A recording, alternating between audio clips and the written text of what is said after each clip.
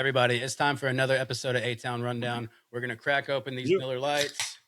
And you know what? I would love for you to have one and join us. And I don't care if it's a Miller Light, if it's a Miller High Life, if it's the granddaddy of them all, MGD. As long as it's a Miller, that's okay with me. Miller granddaddy. I'll tell you, I don't know if I ever told you this. MGD was actually the first beer I ever had. I went to my buddy Craig's house, and I don't know if his parents were out of town or not, but he and his mom lived with his grandparents, and his grandfather had a 6-pack of MGD down in the basement, and we split that between the four of us. It was me and my buddy Marcus, my buddy Craig. Had a good old time. So every time I have an MGD, I think about my buddy Craig. And Craig, wherever you are, I hope you're shining down on us, and I hope every time you see me crack open an MGD, you fucking think fondly of me. But moving on, let's talk about these Atlanta Hawks, because these Atlanta Hawks are on fire. They did exactly what they had to do. They beat the Boston Celtics, who were the team we were the most afraid of. But I will preface this with the Celtics did not have Tatum, and I don't know how much that changes the game, because when you look at the score line, even though we did beat them, we beat them by only 10 points. And 10 points in the NBA is not a huge win margin to me. I know in other sports, 10 points is fucking phenomenal. It's amazing. Whether it's football, baseball, if it's baseball and you're winning by 10 points, that's fucking historical. But in the NBA, fucking 10 points to me is 5 lucky shots. It's not, but it is but with that being said, the Hawks did go out there and do work, and they did what they were supposed to be. Now they're sitting 6th in the Eastern Conference. They are 43-33, and they have 13 consecutive home wins. So they're doing what they need to do. And current standing, like I said, 6th in the East. 5th seed Toronto Raptors by only half a game is what they're down. Atlanta, bar none, is the hottest team in the NBA since the All-Star break, going 16-3 in that span. There is a tiebreaker. 17-3 now. 17-3 now. Yes, you're correct. After the Celtics win. From my understanding, and you'll always be able to correct me if I'm wrong, the tiebreaker that their scenario is with the 7th seed Philadelphia 76ers, and that could be a crucial and cushion. Orlando Magic. Yes, and that could be a crucial cushion. So when you look at them being like a game and a half back from us, go ahead and call that 2 games. Right. Because they have to get ahead of us. They have to have more wins than us if they're going to get ahead of us. So if we're tied, tie goes to us. Okay. And I was looking ahead at the schedule, which we'll get into in a minute. But according to ESPN and Google and a few other sources, right now the Hawks' remaining schedule is the 8th hardest in the league. So I feel like that's doable, especially with how they're playing. I don't know if you saw this, but Jalen Johnson got his 45th double-double of the season against Boston, which is fucking amazing.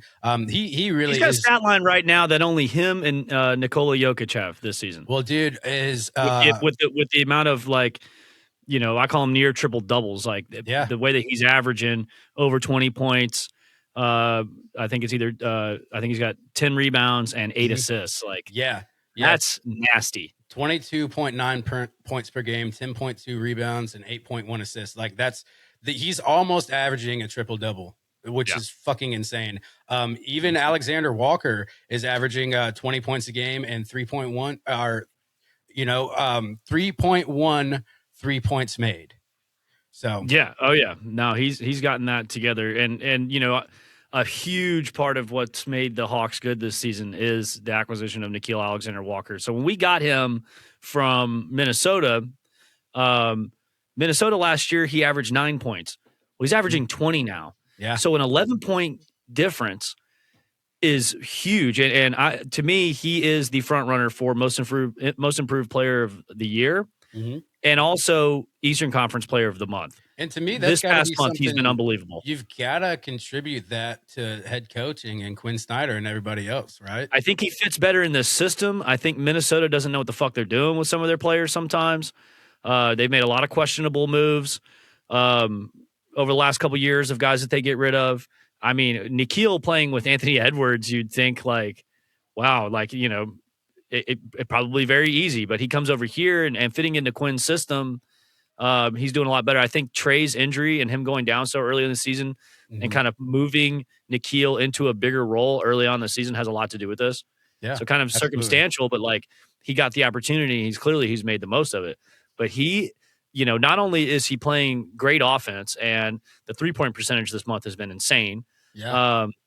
He's playing all NBA defense, man. I mean, and albeit second or third team all NBA, but like all NBA defense. And when you have that in a guard next to Dyson Daniels, like that's, these are all things that make the Hawks so dangerous. But to talk about where we left off last week, we were playing Detroit on Wednesday. We did the episode on Tuesday. We were playing Detroit on Wednesday. No Cade Cunningham, but in Detroit, Hawks kind of got fucked where we had to play in Detroit 3 times this year, which never happens. You're supposed to do 2 there, 2 here. But because of the NBA Cups bullshit, for some reason, we ended up going to Detroit for a 3rd time. And Detroit, despite not having Cade Cunningham, great defensive team. Absolutely. I was talking to our buddy Travis, who's a lifelong Detroit Pistons fan, during the game, and I was telling him Jalen Duren, their center, like he looks like 08 Dwight Howard down there. Like, they're not a team that's like, they're not an easy team. Yeah. They're not a team you're going to walk all over. No, and it's like, and it's kind of different than the other teams that I'm seeing, because it's like they're not killing you with 3-pointers, but like if Jalen Duren can get in the paint, he's going to fuck you up. Like, and he's tossing guys all over the place.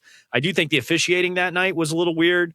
So Hawks were up 21 at the half, and then as soon as the 3rd quarter starts, Detroit goes on an 18-0 run. I'm screaming at the TV for Quinn Snyder to call a timeout as this run gets worse and worse and worse. And finally, after 18 points, he does. Thank God. He did play the trinity of horror of Landale, Kispert, and McCollum out there, which I always talk about. That, dude. I love that. So, I mean, dude, it's like, please, please, please stop doing that. So he did that, and that's when that run happens. Do you think he ever gets in a situation where he doesn't have a choice but to play them for a little bit, though? Possibly, but like with the team as healthy as they were that night, I just don't see a scenario where you have to do that. Yeah. So anyways, the way the officiating was going was very playoff-like. They were letting them play. Yeah. So if Jalen Duren throws you off of them, you're expecting a whistle. And if you stand back and you're like, where's my whistle? It's like, well, now he's dunking on you. Yeah, and you and I talk about got to play through. That's the basketball we want to see all season long, preferably. But it seems like the closer we get to the playoffs, the more they're allowed to get away with shit like that. And that, like, as a basketball fan, that's what you want to see. So I did thoroughly enjoy seeing that physicality in the game. Yeah, but, the game ends up going into overtime, and we win by 1 point. And at the very end, I think Detroit had 8 seconds. Tobias Harris shoots one, airballs it, and Jalen goes in Jalen Duren's hands, and he puts one up under the basket, and somehow it misses. I think it's the only shot he missed all night. Yeah. So barely escaped out of Detroit, but Detroit, number 1 seed in the East, even without Cade Cunningham, still a great, great team. So getting that win felt really good. Right after that, we go to Boston, which you and I talked about, is probably going to be the hardest game of the season. So, like, that was left in the season. And I'll tell you, it wasn't an easy win, but, like, a win's a win, and it's something you got to be proud of. And, I mean... Yeah, well, no. So, the one in Boston, we lose. And that's when Peyton Pritchard you're talking goes... about... Okay. I thought we were already talking about the one at home. My bad. No. No, not the one at home. And the one at home, I'm going to get to that because I got a lot more that I think you missed on this game. Okay. So the game on Friday, I thought we played well enough to win. The officiating was a little lopsided, and not to just say like, oh, the refs fucked us, but they fucked us. Peyton Pritchard was just able to, this dude is, he's one of those Boston white guys with a shaved head, and they've always got one, right? Peyton Pritchard been there for, last like 6 years or so. And he's killing us. And it's like he's hitting buzzer beater after buzzer beater. It's like, so you're playing great defense on him, but right at the last millisecond, he's getting the shot up and it's going in. And he was killing us from 3. And then, anyways, we end up losing that one. We had a nice lead in that one, too, that went away. Celtics rally in that 4th quarter. Some weird officiating things happen. We end up losing on the road. Next night, we play Sacramento Kings. Also in that game, we didn't have Jock Landale, which I thought would have been big because Boston center Katie, he's a beast, and like we needed a big body under there. Onyeka wasn't enough. Like we needed someone to come off the bench and be that big presence in the paint.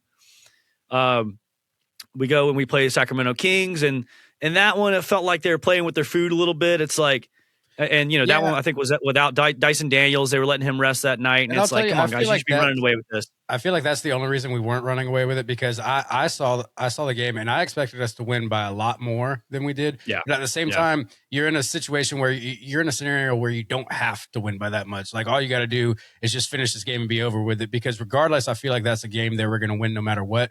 And of course, as a fan, you want to see them carry it away and fucking win by 20, 30 points. But I like think, we did with Memphis the week before. Yeah, that's what I wanted. I feel like it's a situation where we didn't have to, especially when we're this close to the playoffs. I feel like in those situations, you do kind of got to play a little bit conservative. Like, we know we're going to win this game. We don't have to be as aggressive. Yeah, and I mean, you still by the end of the game, Nikhil comes on and all that, and Jalen Johnson, and everything's all good. So we win that one, and then let's go to last night. You and I talked last week with the 2 games of Boston coming up in 1 week, splitting those 2 games with them I'd be more than happy with. Mm-hmm. So going into that, it's like, we got to win this game, because then that becomes the toughest game that's left in the season.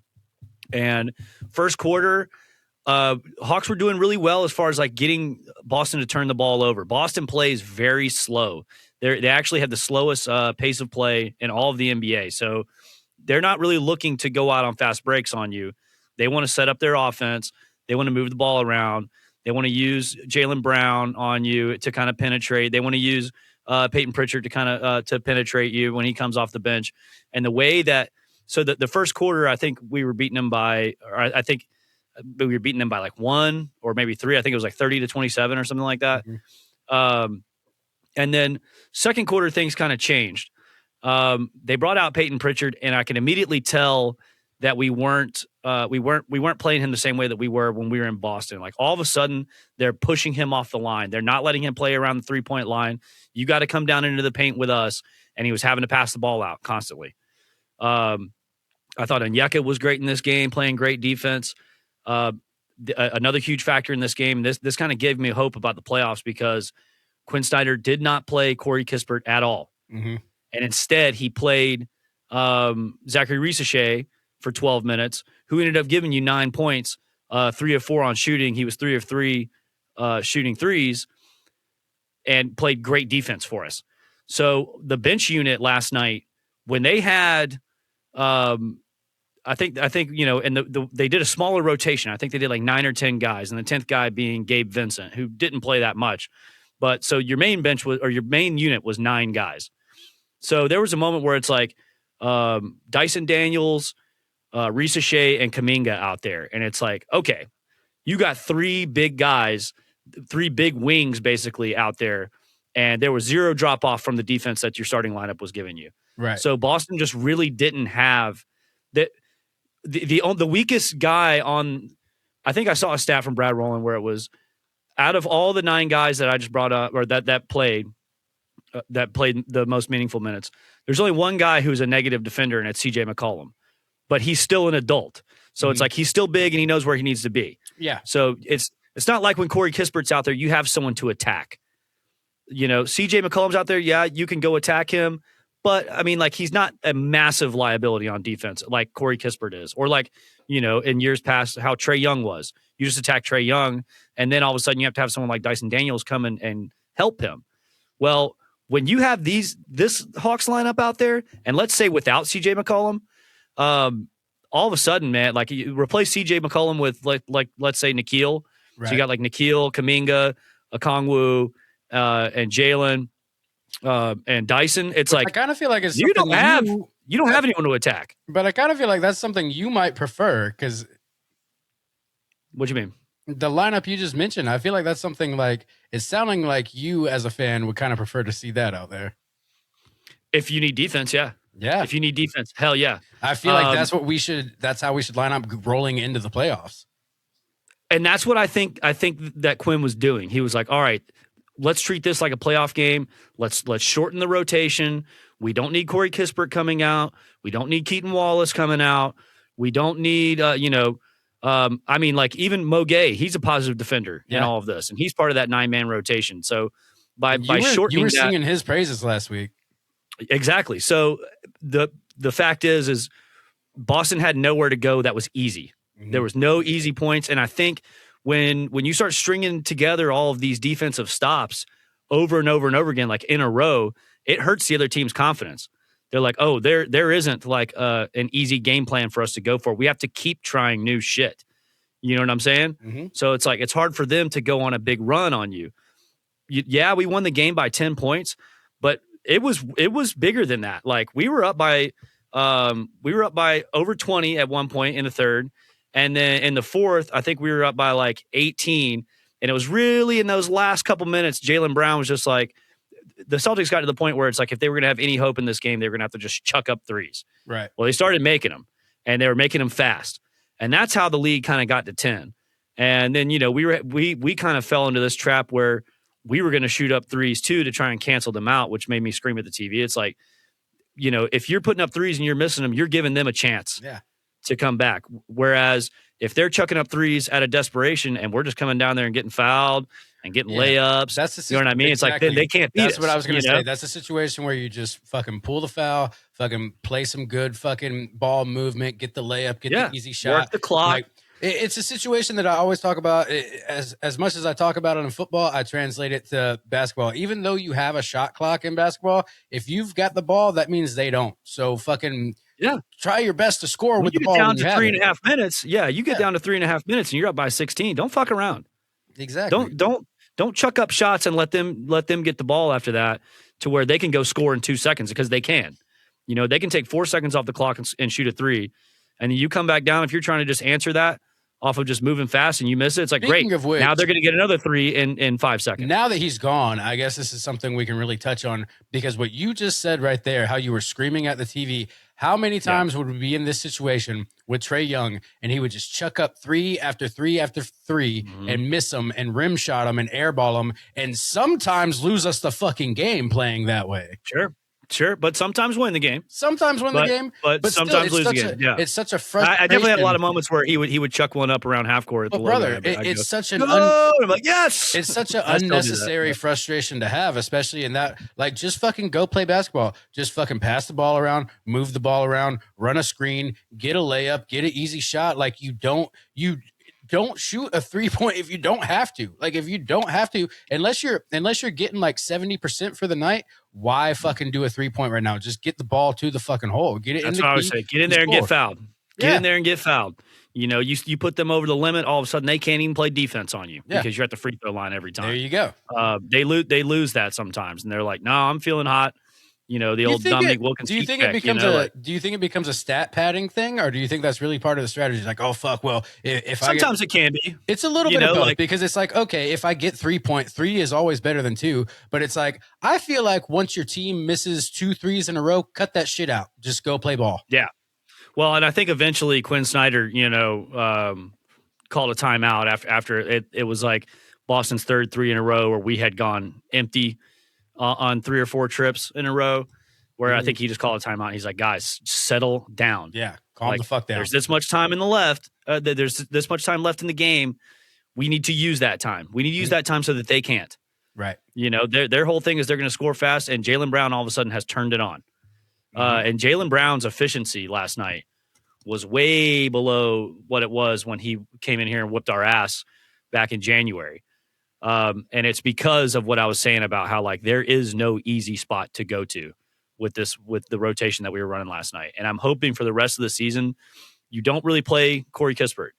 You play him when someone's resting. You play him when the game's out of hand, but I just don't see a need. Like, when you have so many plus defenders that are also good on offense, like Risa Shea is also good on offense. Right. He can bring you everything that Corey Kispert's going to bring you, but he brings much better defense. Risa Shea's kind of gotten good at all the boring things. And that's rebounding, and that's playing defense. But if he's open for a 3, he can hit it. Mm-hmm. I would much rather have that out there when these games matter as much as they do. And going forward, looking ahead, like you said, we have the 8th hardest schedule. Yeah, we do. Next we got the Magic in Orlando. Mm-hmm. Then we have the Nets. That should be like really your only easy one. Then you've got the Knicks, Cavs twice, and then you end the season in Miami. I'm hoping that once we go to that Miami, it doesn't matter anymore. That can be the case if we keep winning. Dude, But I I will say wish that this. that fucking Cosmo place in Atlanta was open by the time these games were happening. All right, it might be. I just don't know if they're playing any. Have you seen that shit? This is No, completely no. besides the point. But it's basically like that dome fucking sphere way of watching video Mhm. or watching Oh sports yeah, games and yeah. stuff. So it's like you're in the Yeah, it's stadium. like you're in the I know dome. what It's you're like talking you're about. in the stadium. And one of those is coming to Atlanta, and they're also going to play the Matrix and like Harry Potter and shit there, and it's going to be like fully Oh, that'd be immersive and sick. shit. It's going to Yeah, be yeah, yeah. sick. Like so, next For an season, away playoff game, that'd be cool. well, that's what I'm saying. Like, if they have away playoff games, you and I need to go down there because me and my wife are thinking about going to see the Matrix there in July, and it's like I fucking would love to 40. see the Matrix It's like there. Yeah. $45 a ticket or something like Okay. that. So, Yeah. I mean, I can't imagine them being more than $50 a ticket. But I mean, if they're playing in New York and we want to feel like we're at the game, I don't know of a better place to go. Like, I'm very excited about them building that in Atlanta, and actually, I think it should be open by the playoffs because I think it's supposed to open sometime in April. Okay, nice. All right. Yeah. Now, a friend of mine was showing me that probably a month or so ago. We watched like the whole YouTube trailer about it. Dude, I've seen the footage of the Matrix inside there, and dude, it's like fully That sounds encapsulated. It crazy. feels like you're in that shit. Or I That's don't one that I would love to personally, see I don't know there. if it Yeah. feels One like of you're my in there, favorite but movies. dude, we should fucking double date it because me and Christina are We gonna go should. in July. Like, you can go ahead and buy tickets now. Okay. Yeah. No, I'll definitely look into that. That sounds fucking badass. But Anyways, I digress. It was another ADHD takeover. no, all good, man. No, I mean, and here's the other thing we could do during a playoff game while they're away. Just go to a good old sports bar. Yeah, we could do that too. Go to a good old sports bar and talk some shit, man. We live about 45 minutes away from each other, so if we meet in the middle, we'd be fucking Yeah, we go to like straight. Loganville or something. Yeah. Yeah. We'll be out there with all the hicks. And you can wear that shirt. Brother. Fit right in. I went bowling in Loganville not too long ago, and like this is no shade on Loganville. I know what you're talking about. I've been there. This is no shade on Loganville at all. But I just want to preface this with I am from the south side of Atlanta. I'm a south side person. I am a city boy at Southside heart boys. through and through. Like, I am south side Atlanta through and through. And I've lived out in the country for a little while, but I've still not acclimated to being a country person. And when I went out bowling in Loganville the other night, I realized I am not from around here. Like, I am not. Oh, yeah. Like, I am not. That's how I feel when I go out that far. I do east. not fit in around here at all. Yeah, once you leave Stone Mountain going east, it's like it becomes a different world. Stone Mountain is about as far north side as I can be, where I still mix, Right. where I still blend in. As soon as I get to Snellville and Loganville and where I live now, like, I stand out like a sore fucking thumb, dude. Like, it's bad. Oh yeah.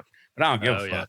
But anyways, back to the Hawks. I was gonna say, this next week or the first week of April is gonna be. It's going to be very telling of like what it's going to look like in the playoffs because I guarantee you, if everyone's healthy, Quinn's going to run that tight rotation, that playoff rotation against the Knicks and against the Cavs. And you know what? Like just for shits and gigs, man, like we'll do it against Miami and Orlando just in case we end up in the play-in around them. So I was going to ask you this. What games do you think we can afford to play conservative and maybe even just lose? The Nets game.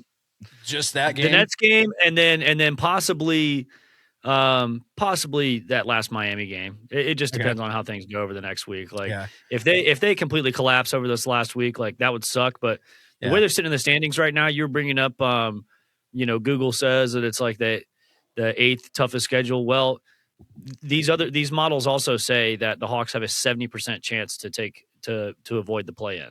Yeah. 70%.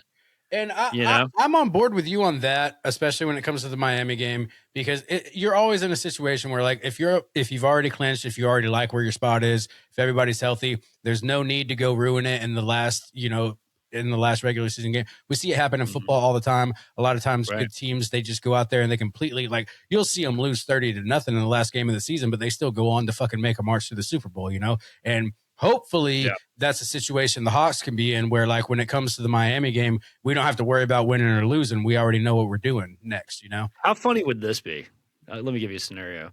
Let's say it's like, all right, we're almost locked. Like, let's say that just Philly and Orlando kind of like they drop the next couple games and it seems like they can't get us for the 6th. And it's like, all right, all we got to do is like win 2 more and we're locked into the 6th.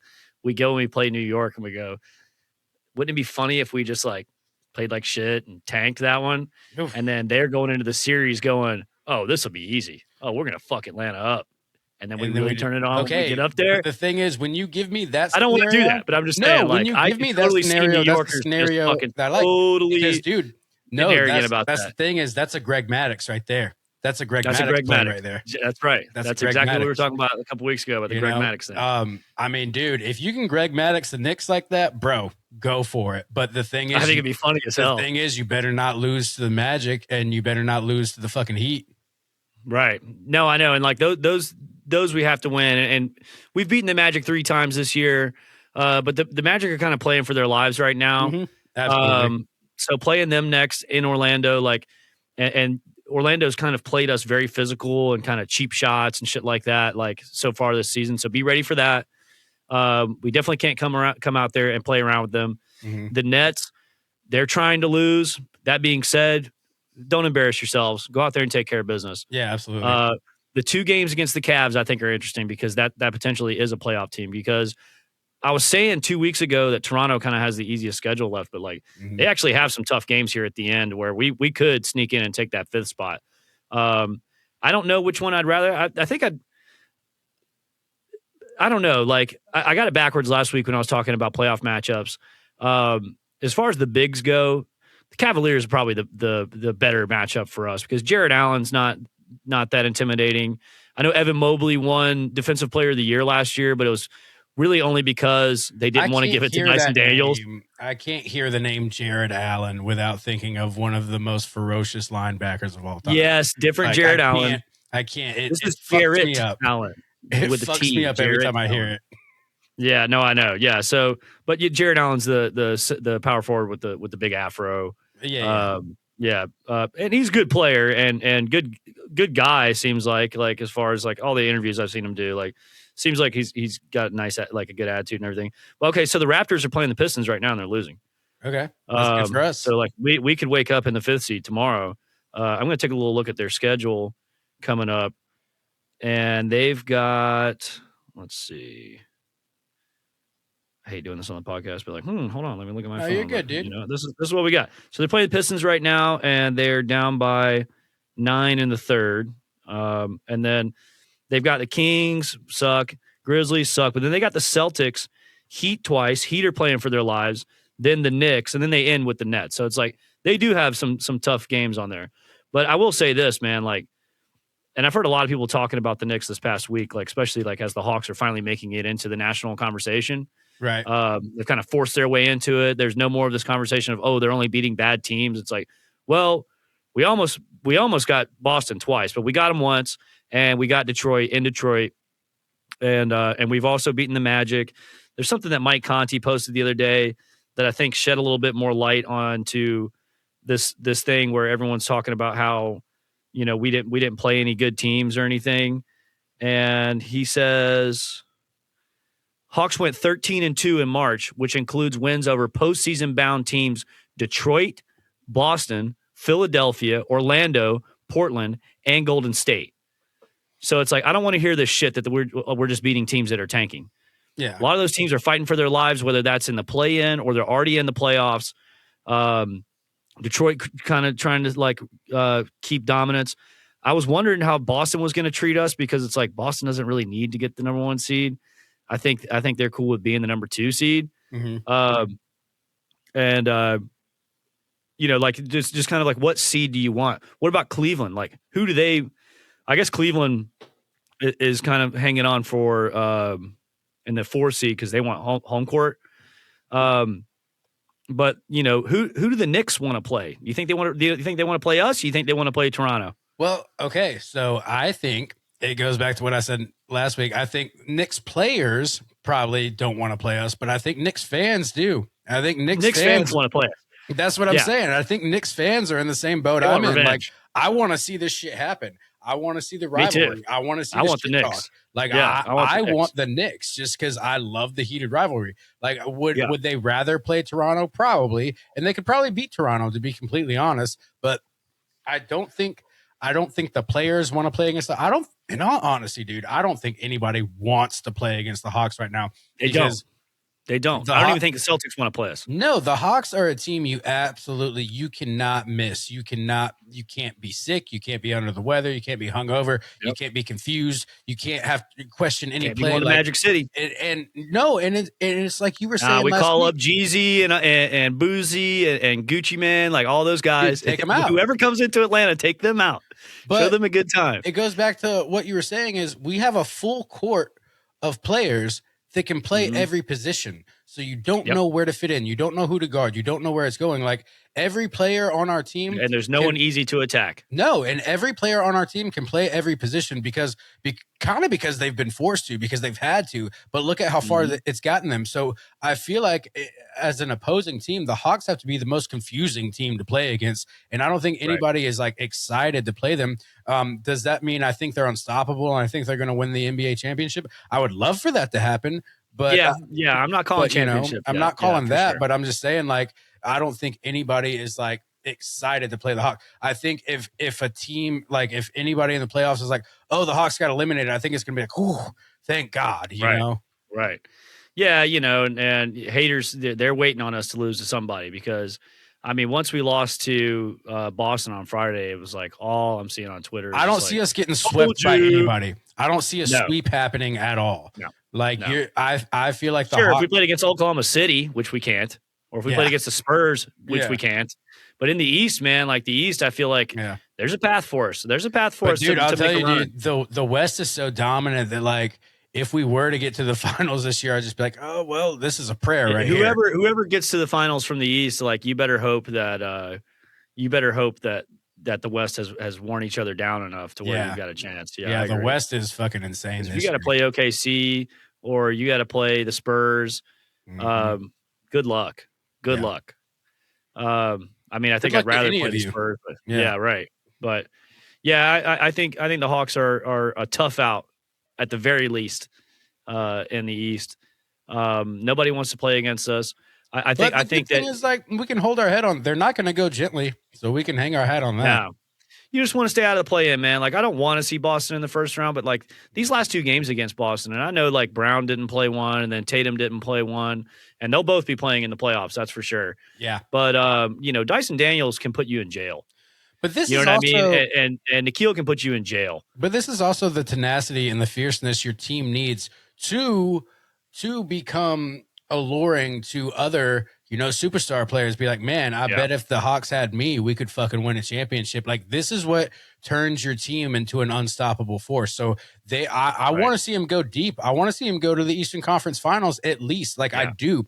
Just because I know with what I said last week, we're becoming the most exciting team in Atlanta sports. And and with how far we get into the playoffs this season is going to determine how hot we're going to be next season, because we're going to become a spot where players want to come because we've already have a great team. And we still got the draft coming up. We still got the draft coming up, and you know how players think of themselves. You know how a lot of players think they're the missing piece. Well, what if Atlanta becomes the prove it spot? Like, what if you're sitting there thinking to yourself, like, wow, look how great they did. Oh shit, look what they did in the draft. Like, yo, homie, I need to go play for the fucking Hawks, dude. Sure, you can be like, you can say something like, man, it ain't working out for me here. I really want to go somewhere else. Well, look at Kuminga. It's like he seems to be happy over there, and all of a sudden, they're 10-1 in games that he plays. Look at McCollum. He looks happy over here. CJ, absolutely. I heard something funny about CJ, man. It's like he's like his steady career average is like 19 points a game. Mm-hmm. Well, since joining the Hawks, he's 19 points a game. So it's like you're getting CJ. Like he brought you exactly what you thought he'd bring you. You're getting prime CJ when he's like midway through his career, Yeah, and I thought that he was, if we were getting young CJ, I'd be a little more excited. But like CJ's been great. He's playing like young CJ. Yeah, he's been fantastic. We've talked about before, like when he stopped doing the hero ball shit and kind of fitting into what the offense is, and now he's become like an integral piece. I know the Hawks are going to offer him, $10 to $15 million, probably 2-year contract, like at the end of the year. They got to, and he's the only kind of like point guard that we have, kind of, you know what I mean? Like he's the only one that like fits that mold to me. Well, going to that, that's why I still, and I even heard it on the radio today. That's why I see them targeting a point guard in the draft, which is why I don't want to. I don't know. I say in the draft, man, you go for best position. You go for best player available, whether it's a need or not, period. Period. I don't care. Okay. You know, And I like will we say don't need this to to your play this point. like we don't need to play this like NFL. That's exactly Draft. what I was going to You know say. what I mean? That's exactly what I was going to say. I was going to say to your point, like I am so NFL minded that's how I look about everything. That's why I was telling you about the whole playoffs and the draft thing. I was like, man, dude, the NFL is so much more cut and dry and easier than this. This is so confusing. But I mean, I will Different listen strategy. to you in this. But like every source I hear says, hey, we need to go after a point guard. But if you think we don't, then I mean, Jeremy, I'm gonna trust you. Watching these last 20 games, man, without a true point guard, do you think we need one? No. Yeah. I mean, necessarily.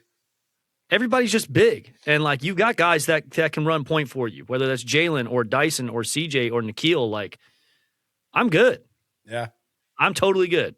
When it used to be when you were running all that pick and roll stuff with Trae Young, it's like, okay, you have to have a guy like that. Mm-hmm. And the problem was when Trae Young went to the bench, you didn't have one like that. Yeah. You know, we never really had that good backup point for Trae Young until we got Dyson, and that's kind of where he learned how to do what he's doing with the team now, is when he had that role with the Hawks when Trae was here last year. But now it's like, we don't need that. That ain't how we play. You know, like we're positionless, and it's fucking beautiful. That's the way the NBA's moved, man. It's like a pickup game. You know, I'm big, he's smaller than me, I'm going at him. But if everybody's big, they don't know who to go after, you know? So you get a 6'3" point guard, like, okay, like that's who they're going for when you're playing defense. That's who they're going to attack. It kind of goes back to what I was saying earlier. What we were saying is they don't know who to guard. They don't know who to go after. Right. I want 6'8" and above or 6'6" and above. Like that's the shit I'm looking at, you know? Like our height. And be able, like our height. Exactly. Yeah. Like as big as us. Yeah, you guys can't tell because we're sitting down. We're both 6'8". Yeah, and above. I'm sitting up right now. Yeah, right. Yeah, I'm actually 6'9", but anyways, yeah. But that's what I got on the Hawks, man. Yeah, I'm loving this week. Enjoy the fucking ride.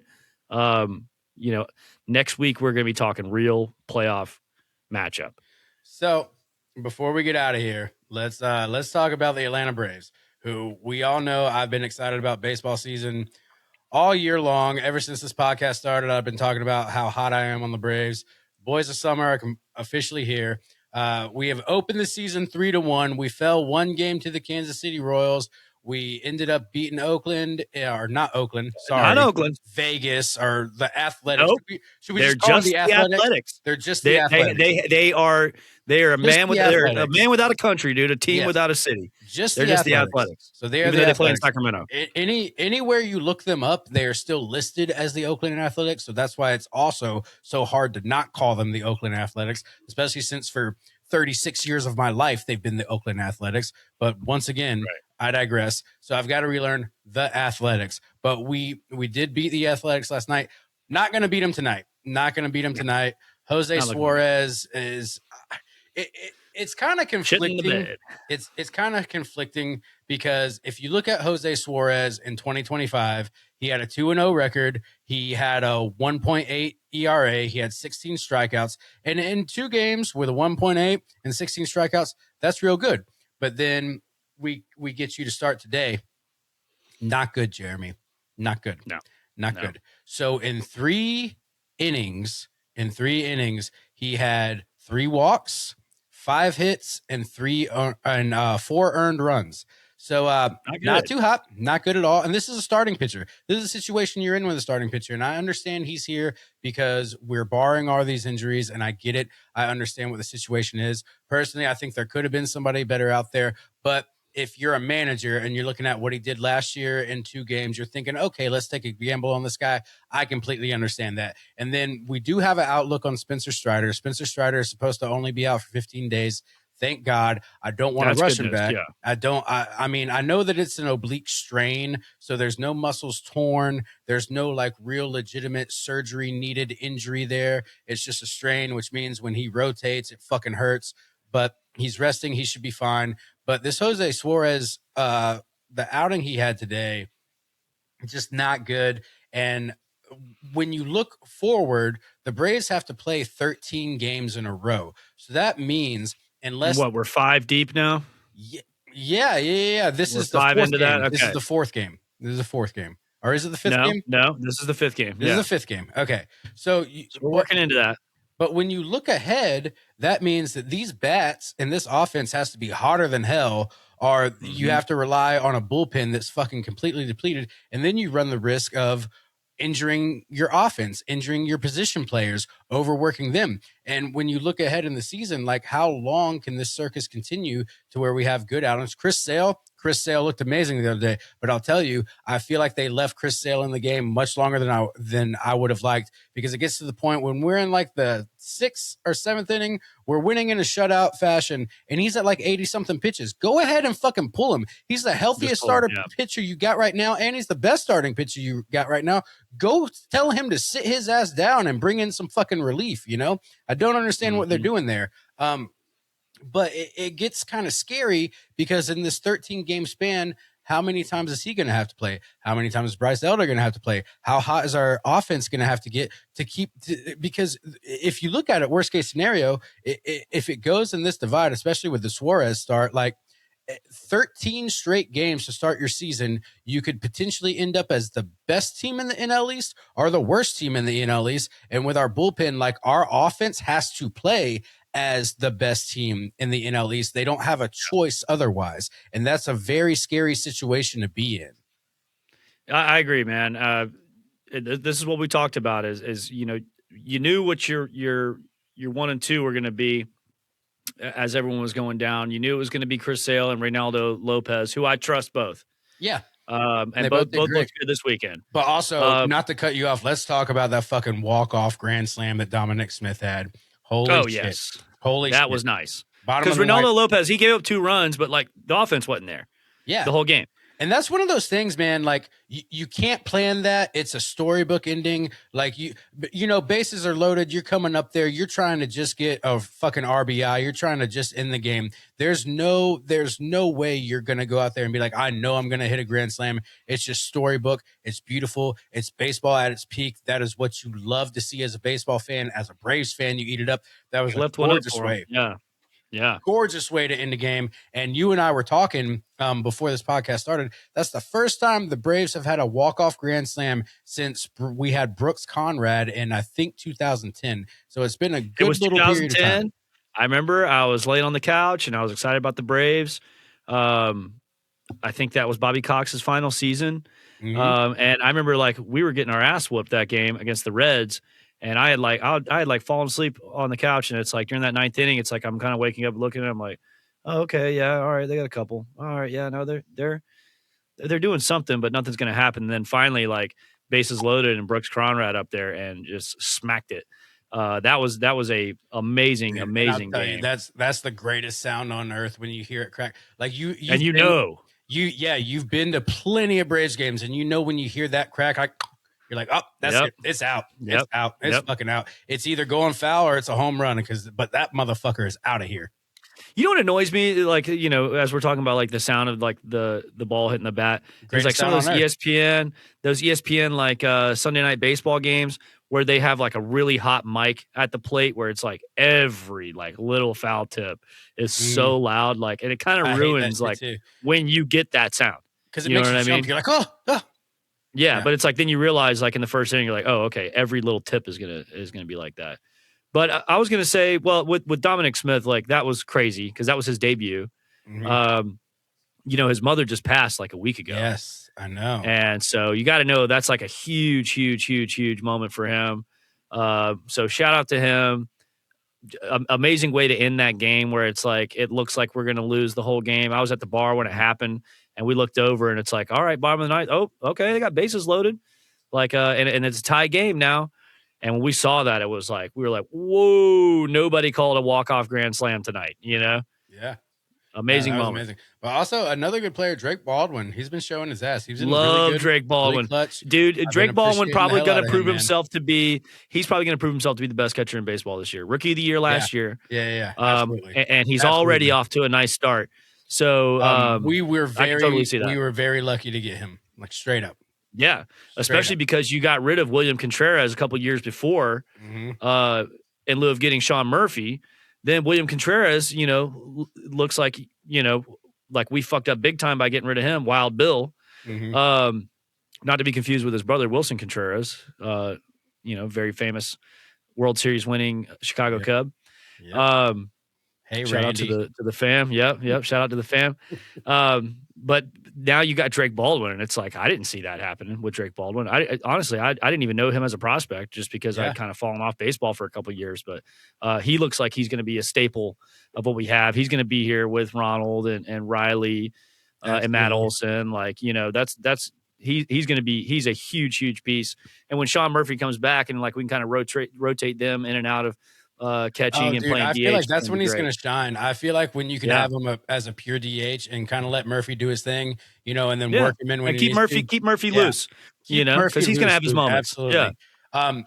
But speaking of Chris Sale, I mentioned him earlier. Let's dive into Chris Sale because he did lead us to a 6-0 shutout victory. I did say we kept him in longer than I wanted to because we kept him in until the 6th inning. And I think by the 6th inning, we were winning 4-0. And it was kind of a thing where like I saw the pitch count. I saw that he was starting to throw a little wild. And in my head, I was like, he's the healthiest pitcher we got. It's already the 6th inning. Like you can bring in a relief for 2 innings. You can get the 9th inning going. Like we don't need to do this right now. And also a thing I pointed out to you before we started recording is our base running needs to get a little bit more efficient. I don't understand if it's a thing with the third base coach or if the base runners themselves just aren't watching the movement of the pitcher, but they're getting picked off and they're getting thrown out. I can't remember, and I didn't look into it, but I do believe it was either Ozzie or Michael Harris who went to go steal a base when we were already winning. We were already winning either 4-0 or 2-0 at this point. So it's a shutout victory at this point. You don't need to steal a base right now. You're playing greedy baseball. You don't need to steal a base. And then guess what happens? You get thrown out. So now you have another out on the board in a game that you're already winning, when what's important when you're winning is to keep a player on base so that you can keep the rotation moving. You don't need to play greedy, try to steal a base, and then get thrown out. Like, I understand it's the first game of the season. You're a little bit excited. You want to see what you're working with, but I just did not think that was the moment to go for it. But going back to Chris Sale, he pitched 6 innings, allowed 0 runs, only allowed 3 hits, and had 6 strikeouts. He did have 3 walks. His pitch count was 88 with 54 strikes. But that's what I'm saying. When you go 6 innings and you're already 88 and you're the most healthy pitcher, that's not a number I like to see, because I know what that does. Like, I know you're a Cy Young winner. I know you're a great, but that is not a number I like to see. You're thinking longevity, no offense, like for the season. Pitcher. I'm thinking longevity. Right. I agree with you. And then, to go back to what you're saying about the base running thing is we don't know what Walt Especially Weiss's, with how marred we are with injuries, dude. Right. Yeah. But we don't know what Walt Weiss's coaching style is yet. And I feel like, maybe this is a sign that he's a very aggressive manager, and like he's telling them, like, keep your foot on their throat, like being aggressive is constantly. Great, but also be efficient. Don't be stupid. Yeah, don't be stupid. Don't get your players hurt. Great, but be efficiently aggressive. Have unnecessary outs. Yeah, like don't leave someone at the plate with a favorable count, and here you are running and ending the inning because you got picked off on a stupid, trying to steal a bag. But I was going to say another thing that Walt Weiss did that on opening day, I saw the opening day lineup come out, and first thing I noticed, and I know you probably noticed the same thing, in the 3-hole they had Ozzie Albies, and I'm like, what the fuck are they thinking? See, but I know you don't like that, but I like it. But I like it. Okay, but I was thinking, dude, I was going around all day long talking shit about that. Everybody I talked to throughout the day, I'm just like, what the fuck is this bullshit? Yeah, but then he hit a home run, Jeremy. Well, and then I realized why he did that, and brilliant. And I think we all know this about Ozzie Albies, is that he's while you were talking, I was trying to pull up his stats here, but they should just call him Clutch Albies, because he is the definitive of clutch. He's a switch hitter, right? Yeah. So when he's hitting left-handed against right-handed pitching, like, he's good, he's consistent. But when he's hitting right-handed against left-handed pitchers, he's one of the best hitters in the game. Dominant. So I think that's what he saw. He was just like, you know what, we're going to open with Ozzie hitting third because going against a left-handed pitcher, like, I know he can get something for us. And sure enough, he starts the game off with a home run. Mm-hmm. Absolutely. So, and I think that there's a lot of things that are going to happen with the Braves this season that are going to be hopefully polar opposite of what happened last year. If you remember last year, it's like Ozzy's, coming off like a hand injury, and so he's not really looking as good. Well, he Austin hurt his Riley foot spent and most of then the he off. hurt his hand. Like he just Yeah, stayed yeah, yeah, hurt yeah. last year. Right. And then so Austin Riley last year's offseason was in a cast, for half the offseason. So he didn't start hitting until like February, whereas this Yeah, but year he started Riley looks hitting in good, November. man. Riley looks Oh, good in yeah. this opening So series, you bro. got and then you got Ronald, nursing his injury, when he had a season-ending injury. Which So I it's do like, want to speak about Ronald a little bit because a lot of people are talking shit about Ronald, how he came off the victory in the WBC, and then he came out and he was not looking good at the plate against Kansas City. He went 1 for Sunday, 12. I thought he did. It was a cold and windy day. Like he had a shot Yeah. that should have gone out on a normal day. I know. And that's what's bothering me is I've started to learn the thing about Ronald Acuna is he's that player that people are going to pick apart. He's that player that non-purist fans who don't actually understand and appreciate the game of baseball are going to say he's overpaid. And he's Really not. He's got a great contract. Even when his bat's not hot, you see him out there making incredible diving plays, going and playing passionate baseball. Like, and when he got the strongest arm in right field in the league. When he is hitting, he's hitting good. He's moving base runners. He's hitting home runs. He's putting them out. Steals more bags than anybody you know of. Bags than anybody. So I'm gonna go ahead and say I want this Ronald Acuna slander to fucking chill and end right now because if you're talking shit about Ronald Acuna. If you are talking shit about Ronald Acuna, you genuinely do not understand how baseball works, how baseball player works. You don't understand how you get cold and hot, and you obviously don't understand the caliber of talent that Ronald Acuna is. So shut your fucking mouth. Don't talk shit about. Good thing there's 156 games left. Exactly. He is without a doubt going to go down as one of the best Braves of all time. And if you're a Braves fan, you should be on that train. And I don't want to hear any Acuna slander. Even if he has a slump again, it's only temporary. He is that good of a fucking player. He will have a slump again. And just, he will. Everybody does. That's not hot. Just because his bat's not hot, how many times has he stopped a home run from happening? How many times has he stopped somebody from getting a double and kept them at a single? Yeah. Like he's or kept them from getting from third to home. He's one of the best right fielders we've People ever are scared had. to run on him, and if they're not scared to run on him, they're stupid. Yes, he's one of the best like right if he fielders gets one rolling out had. to him, like, without a doubt, ever that we have ever had. And also, I'm not going to take any slander while I'm at it. I'm not going to take any slander about Ozzy Albies. Ozzy Albies is one of the best second basemen we've ever had. So shut your fucking mouth. I think this is the last year of his contract, by the way. It is, he's but playing for something. I see him coming back. I do. I see them. I do too, but he's going to have to take a team friendly deal. He will. And I think he will. He's going to have to Chipper Jones it. Yeah, I think he will. And Ronald, I think his contract's up in 2028. But like we got him at a steal. We got Ozzy at a steal. Matt Olson's getting paid a lot of money. Austin Riley's getting paid a lot of money. But they're both here for another couple of years. So Matt Olson we got for a good deal too, dude. We got him from the Athletics, Yeah, but I think we signed him to an extension already. That I think was worth a lot of money. I'm not sure. Don't quote me on that. No, I'm saying initially. We initially got him at a really good deal. But I think who we trade, like Shea Langoliers and a couple other prospects or something. Yeah, but did we also get Sean Murphy from that too? Was it Murphy and Wilson, or did we get Murphy later on? No, we got Murphy in a different trade. We got Murphy later on. They both came from the A's though. Yeah, back when they were in Oakland. Yeah. Now they're just in limbo. They don't belong anywhere. They could be the Atlanta Athletics for all we fucking know. They don't belong anywhere. No, they certainly don't belong here. But one more guy I want to go into before we just talk baseball. Bryce Elder. Bryce Elder did great. Bryce Elder. Let's give him some props, man. Bryce he Elder was my biggest he was also my biggest question mark. But he did get a 4-0 shutout win. 6 innings pitched, 0 runs allowed, only allowed 5 hits. He had 5 strikeouts and 1 walk. Now I want to say this about Bryce Elder. Even though I am here singing his praise right now, you and I both know as Braves fans, there's a train you got to ride with Bryce Elder because he can come out right now and he got a 4-0 shutout victory. Cool. I don't know what he's going to do next time. It could be he could give up 6 runs. That and it's not me talking shit on Bryce Elder as a person or as a player, but that's just what history has shown. It's like he'll go out there and he'll have these phenomenal gains, and then he'll come out there and be like, "What the fuck are you doing? Why don't you just do what you did last week?" Right. But I will say, as it stands right now, I absolutely have to give Bryce Elder his credit.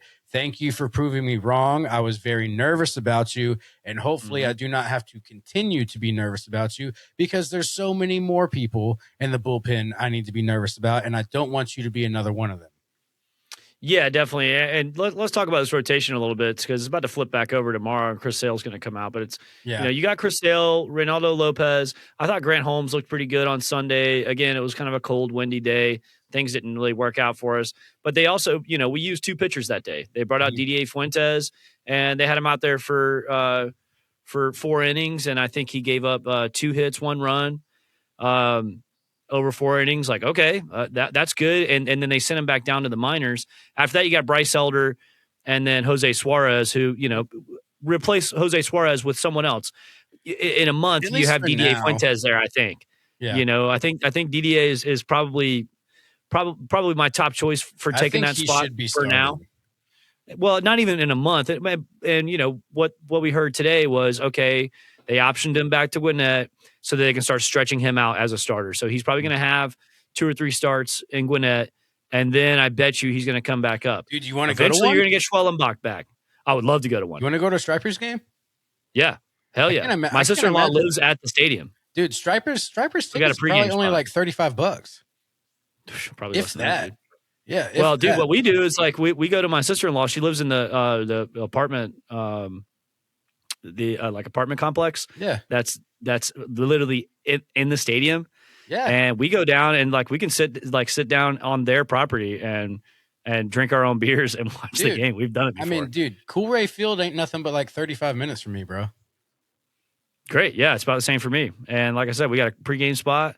Me and Kat can go up there and we can hang out before we go in. We can drink all our own beers and then walk in from my sister-in-law's apartment. Yeah, dog. I definitely want to go because I want to see some of these prospects that like throughout the year and see them come up. I really regret that I would like to go see a DDA's start.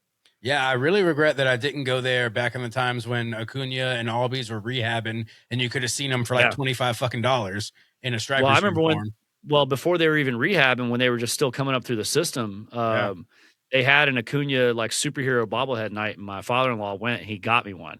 And it was before he ever made his first major league start. Hell yeah. So I've got that, and like that, hopefully that thing's going to be worth some collectability down the road. But yeah, man, no, going to those games, like that's when you really learn about the farm system. Like who's good, who they're going to call up, and all of a sudden they call them up out of nowhere. You get on that bus and head to Truist Park and make a name for yourself. Or like DDA last year, like he went and he started one game. It wasn't great. I think he realized like, things that worked in AAA don't work as well in MLB. They don't. And I think he worked on that because spring training, he looked great. And then in that relief, the 4 innings of relief that he did on Sunday, he looked great. And now they're going to send him back to work on it even more. And like I said, the whole purpose of them sending him down is to, I think they call up someone else and they need that roster spot. And they don't plan on using him for another week. So go down there and get him stretched out as a starter. Mm-hmm. And then you get Schwellenbach back. And then you get Strider back. And then maybe you don't need, Jose Suarez. And maybe you have, 5 bona fide starters and you have DDA in the bullpen for when you really need to kind of on these like 13 game stretches to have a 6th starter.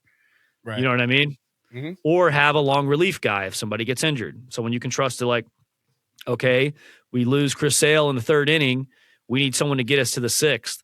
You have a guy like that. You have a starter who's going to be your long reliever. Yeah, exactly. There was a time there, I'm not going to hold you. Like when I was watching the opener, there was a time there I was like, fuck, man. There were a few wild pitches and a few questionable things he was doing, but he made it through. He proved me wrong. I just need Chris Sale to stay healthy. And this is why I'm telling you, he's about to pitch again. And we're on this 13 game stretch, He's going to pitch again before ideally, the stretch is over. In a 13-game stretch, you ideally want a 6th starter somewhere to give guys like Chris Sale. And this is exactly why I'm telling you, I don't want to see him go up to a damn near 90 pitch count, dude. No, but here's the other thing: is like last season started so fucking bad, man. It's like we had to get that first win. Yeah, we went 0-7 to start the season last year. We were never 2 games over 500 last year, not once. Okay, when we but started the what's season. going to happen if you start injuring your surviving bullpen? No, I know. Yeah, I know. You don't want to wear them down too early, but we got a lot of pitchers, man, There's and still you guys gotta. 157 games left, bro.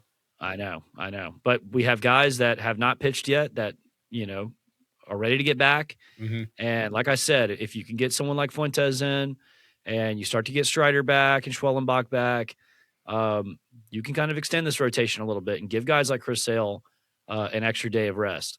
I'm just happy that like we at least had 4 guys come out good. I know we lost on Sunday, but again, I thought Grant Holmes was good. Yeah. I think he's gonna be fine his next start when we play. Who we playing, like Arizona or something like that? You want me to pull it up? I'll pull it up. Let's pull it up. Yeah. Let's go I over think this. after the A's, we got Arizona. Yeah. Braves schedule 2026. Let's look at least at through this 13-game run. Yeah, we got Arizona next, and then we got Arizona. Then we got the Angels. Okay, let's see what they do. Let's see if Mike Trout has a resurgence, but they don't scare me. No, I'm not worried about the Angels, dude. I'm not at all. I will say though, Arizona and the Angels are both on the road. Okay. But so it's we'll be okay. out west. It's just a little West Coast road trip. But the thing is, and the game will start at fucking 10 p.m. That would be great. But the thing is, you don't get a break between your travel day and game day. You're traveling on your game day. Oh, that sucks. Yeah. Why'd they do that to us? I feel like they set up the beginning of these seasons to kind of get guys warmed up and have an extra day off, but not for the Braves. We play the Athletics here tomorrow, and then April 2nd we play the Diamondbacks. So yeah, no break. I feel like we got hosed on that. Whoever made that schedule. Yeah, Holy we don't get and a break. It happened to be us where we had more pitching injuries than anybody in the league in spring training, and this is how we get. We're playing a game. We're playing a game. Fucking damn near every day, pretty much every day until April 8th. Yeah, every day until April 8th, and then we take a break. We take a break for 2 days. 1 day. Oh, for 2 days. Oh, thank God. And then we play the Guardians. Then we play Cleveland. And then we go into the Marlins, and then we go right into the Phillies with fucking no break, dude. Like, no break. Yeah, so you get 2 days off before you start your divisional games that really matter? Yes.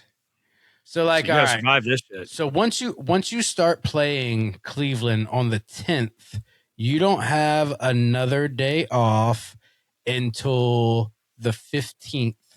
And then on the 17th, you start with the Phillies, and you don't have another day off until the fucking holy shit. Until the 26th.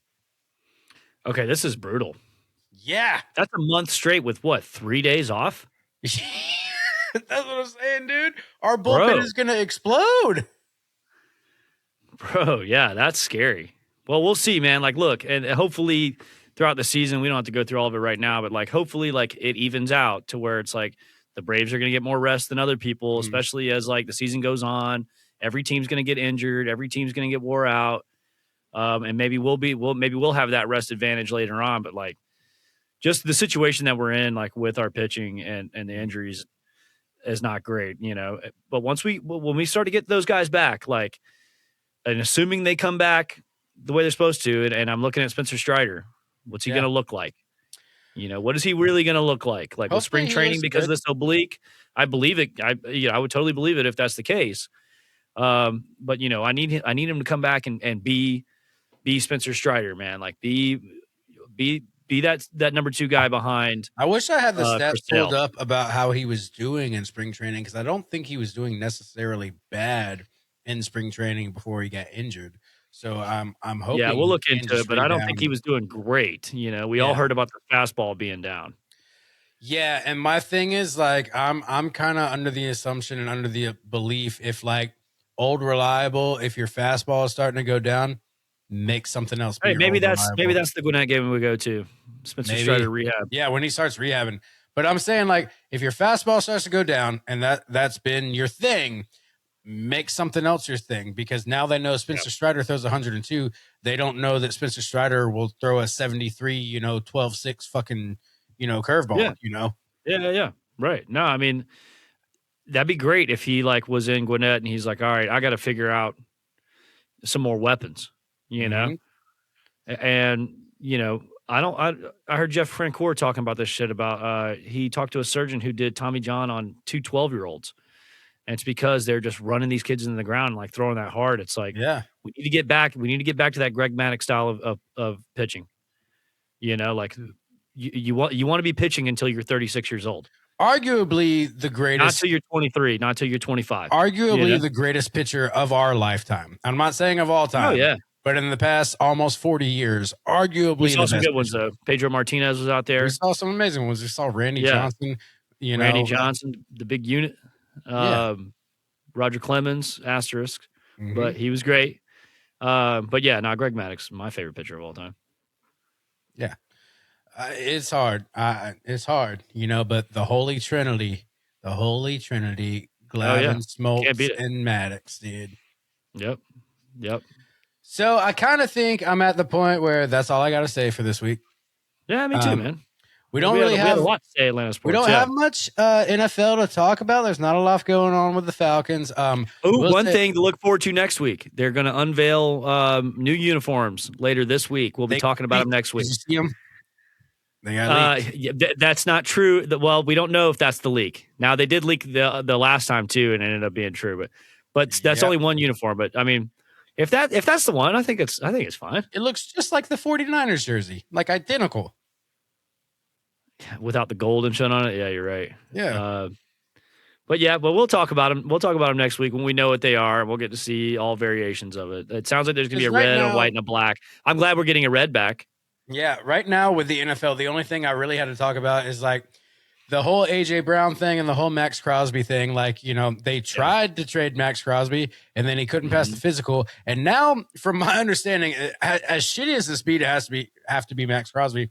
Now the Raiders are just like, yeah, we're going to nurse him back to health and we'll play him. It's like, how shitty must that feel knowing that this team tried to trade you away and now they can't trade you away and now they're stuck with you and you just have to kind of play. Well, nice they were going to get 2 other, first-round picks. I mean, like, yeah, but at the same time, it's like I understand. 2 first-round picks. No, you're not going to blame anybody. Yeah. But now it's kind of just like, hey, you guys tried to trade me. I'm still here, so I guess I'll just get healthy. Now the league knows. They're like, hell no, we ain't giving you an offer like that. Yeah. Oh, I know, man. And now the entire league knows that like Max Crosby is somebody you don't want to touch this season because he's got a knee injury to the point where he can't pass a physical.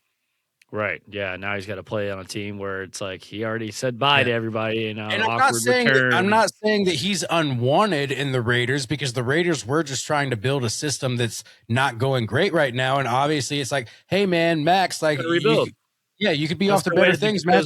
And on top of that, he knows that he's a player that if he's fully healthy, he's worth 2 first-round picks. Amazing. Cool. Yeah. But it's a simple fact that like it turns out he's not with the Ravens, dude. But the thing is, it turns out he's not worth that. And now he has to go into this season wondering what's going to happen next season when they could. Still a lot of controversy around that, though, is because like if you hear from Max Crosby, is he was kind of saying like he's got one of the best surgeons like in the industry and everything looked good. And then when he gets up to Baltimore, like things were weird. And it's almost like Baltimore was like, like the owner came by to the general manager was like, I cannot believe you just traded 2 first-round picks. You got to find a way to fix this.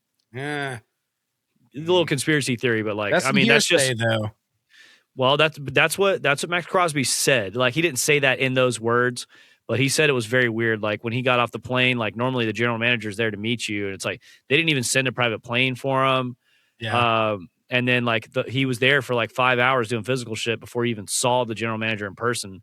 And when he saw him, it was like a very weird interaction. It wasn't like brother. I'm going to tell you, like, for a healthy Max Crosby, I would absolutely trade 2 first-round picks. I'm sorry. If you're ready to go for it, if you're someone like the Ravens, but like for the Raiders, it's like they got the first overall pick this year. And if they could go ahead and snag 2 more first-round picks over the next 2 years, like that makes sense to me. Also, to do like, that. Even you're as not going to be winning next year. Even as a Falcons fan, like, Bard if we had the quarterback situation handled and the wide receiver situation handled like Baltimore does, I would absolutely do that trade for Max Crosby. Absolutely. In a second, you know? Yeah. Oh, yeah. I would too. 2 first-round picks is that's a fucking haul. But healthy Max Crosby is what we're That's a talking haul, but with a good team like Baltimore, how good are those picks going to be, you know? Yeah, and like how close is Baltimore been to like to breaking into the Super Bowl the last 4 years, you know what I mean? Exactly. Like how close have their draft picks been to one the past couple of years? Not very. And probably not going to be for a while. At least that's their thinking. Yeah. But yeah, so also there's a lot of talks about AJ Brown getting traded. I don't think it's going to happen just because it would put the Eagles in cap hell. I feel like there would be like, or I think I read there would be like $43 million of dead cap if they did that. But apparently the Rams and the Patriots are both targeting them, especially the Patriots after releasing stuff on Diggs. So we'll see what happens. We'll see what happens. Going to the Rams. Yeah. But it'd be another situation where he feels like he's not getting the targets that he deserves. Yeah, they've got guys. In all honesty, they got Puka, and they've got well, Puka bit that Devontae girl, Adams. And now Puka's in a bunch of trouble. He's gonna be fine. He's gonna be fine. Don't bite girls, guys. That was just such a crazy story, and I remember sending you this. Like, okay, and like the headline, some anti-Semitic shit or something. Yeah, weird. The headline was he said some anti-Semitic shit and then just bit the hell out of some girl's back. Like, what the hell is going on here? You guys do the weirdest drugs in Hollywood. I'll tell you that. Jesus Christ. Welcome to LA. But other than that, all right, you guys have a good time. Be safe. Check us out on YouTube at ATOWN Rundown. Tell your friends about it. Tell everyone you know about it. Everybody that likes Atlanta sports, they should love the show. Drink Miller Lite. Support Jeremy and his band Sunmancer. Check us out on Instagram at ATOWN Rundown. And other than that, you guys just take care of yourself and each other, like Jerry Springer would say. Have a good night. That's right.